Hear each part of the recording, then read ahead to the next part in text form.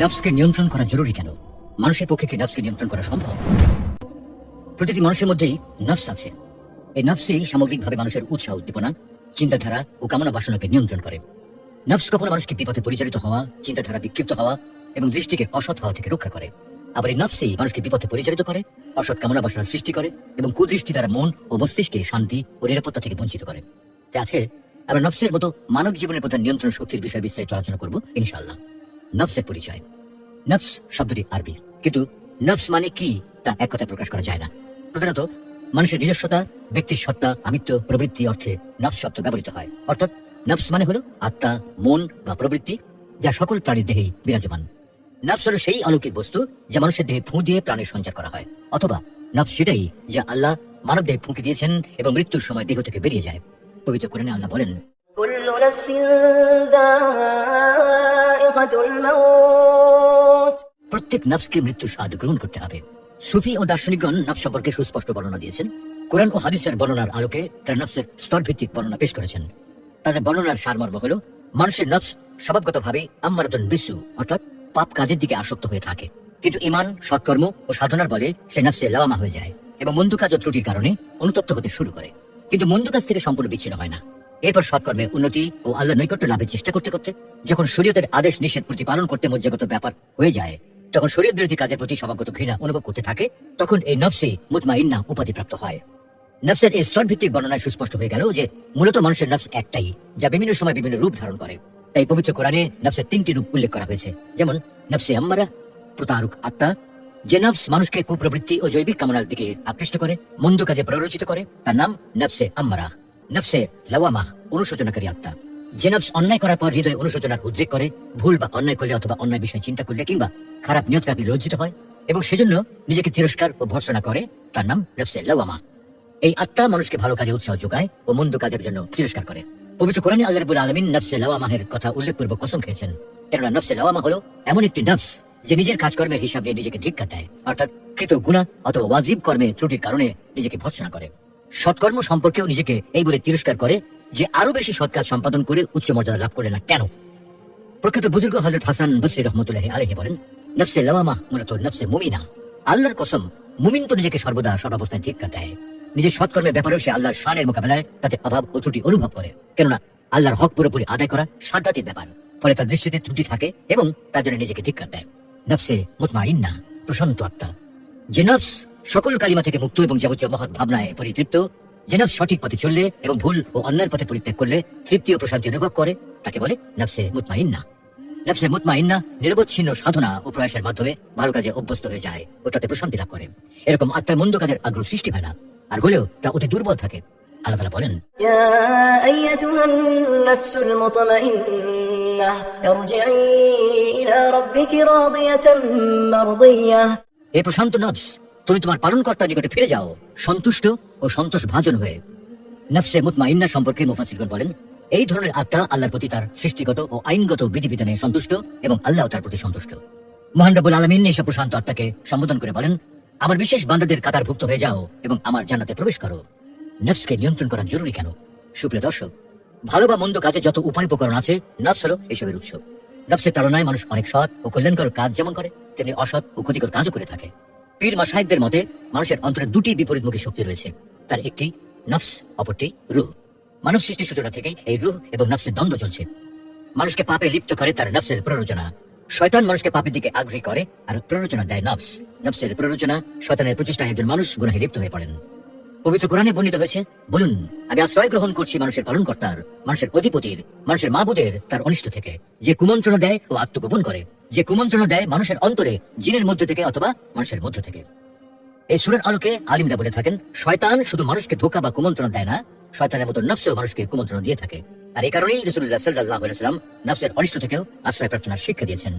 যেমন হাদিসে বর্ণিত হয়েছে, রাসূলুল্লাহ সাল্লাল্লাহু আলাইহি ওয়াসাল্লাম বলেন, হে আল্লাহ, আমি আপনার আশ্রয় চাই আমার নফসের অনিষ্ট থেকে এবং শয়তানের অনিষ্ট ও এবং তার ফাঁদ থেকে।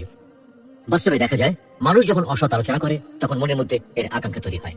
অবশেষে গুপ্তাঙ্গ সেই কাজকে বাস্তবে পরিণত করে অথবা মিথ্যায় প্রতিফলিত করে। ফলে মানুষ নফসের তাড়না খারাপ ও অশ্লীল কাজে নিয়োজিত হলে মন ও মস্তিষ্ক শান্তি ও নিরাপত্তা থেকে বঞ্চিত হয়। জীবনের সৌন্দর্য, স্বভাবসুলভ গুণ থেকেও বঞ্চিত হয়। তাদের ধ্বংস হয়ে ওঠে অনিবার্য।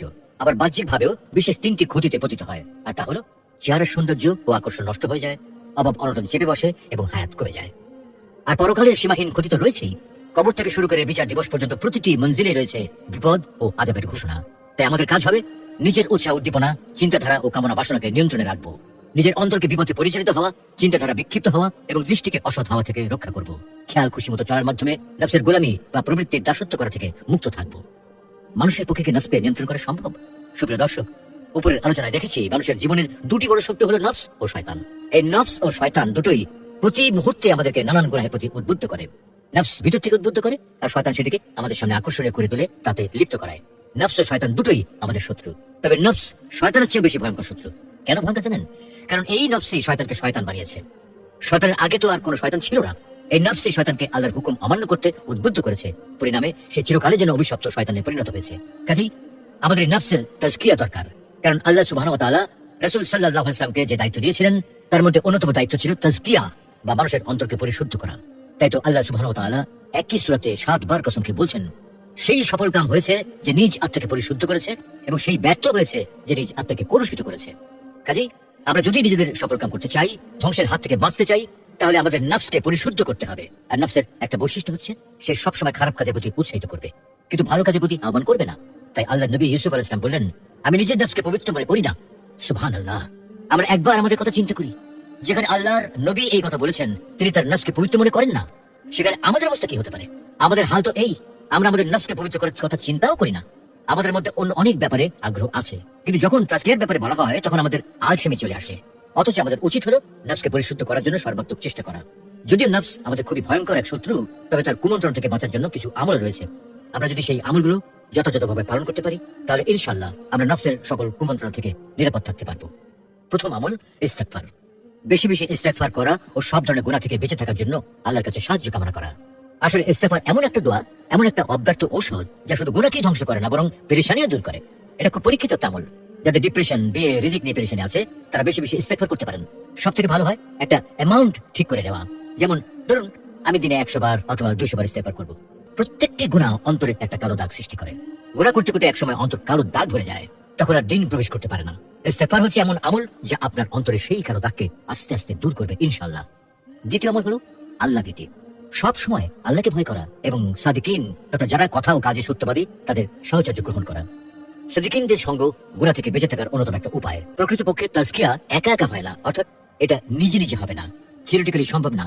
তাজবির শিখতে হয় ওস্তাদের কাছ থেকে, হাদিসের দার্স নিতে হয় ওস্তাদের কাছ থেকে। তেমনি তাজকিয়াও সাদিকিন তথা সত্যবাদীদের সাহচর্যের মাধ্যমে শিখতে হবে। এখন কথা হচ্ছে, এই সাদিকিন কারা? সাদিকিন বলা হয় কাদের উদ্দেশ্যে? আল্লাহ তাআলা সূরা হুজরাতে সাদিকিনদের পরিচয় দিচ্ছেন।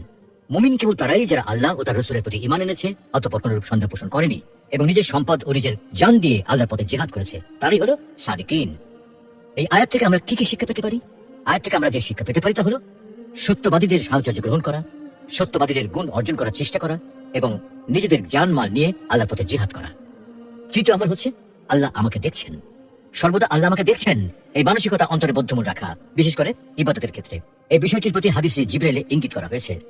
জিবরাইল আলাইহিস সালাম যখন রাসূল সাল্লাল্লাহু আলাইহি ওয়াসাল্লামকে বললেন, আমাকে ইহসান সম্পর্কে বলুন, তখন উত্তরে রাসূল সাল্লাল্লাহু আলাইহি ওয়াসাল্লাম ইরশাদ করেন, ইহসান হলো তুমি এমন ভাবে আল্লাহর ইবাদত করবে যেন তুমি তাকে দেখতে পাচ্ছ।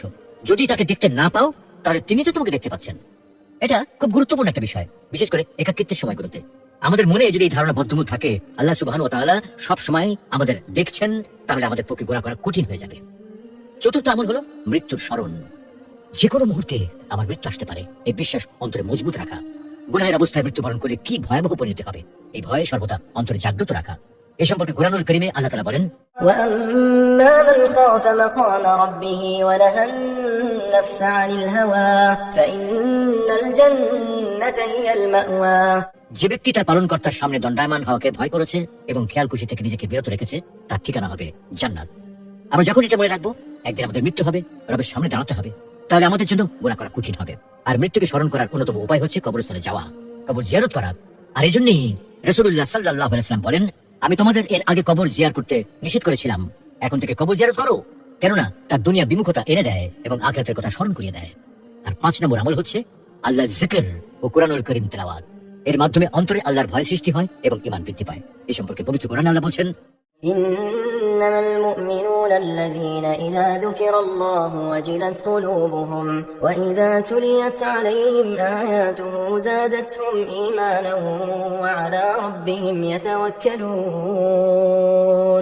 ইমানদার তারাই যারা এমন যে যখন তাদের সামনে আল্লাহর নাম নেওয়া হয় তখন তাদের অন্তর ভীত হয়ে পড়ে, আর যখন তাদের সামনে আল্লাহর কালাম তেলাওয়াত করা হয় তখন তাদের ঈমান বেড়ে যায় এবং তারা তাদের প্রতিপালকের উপরই ভরসা করে।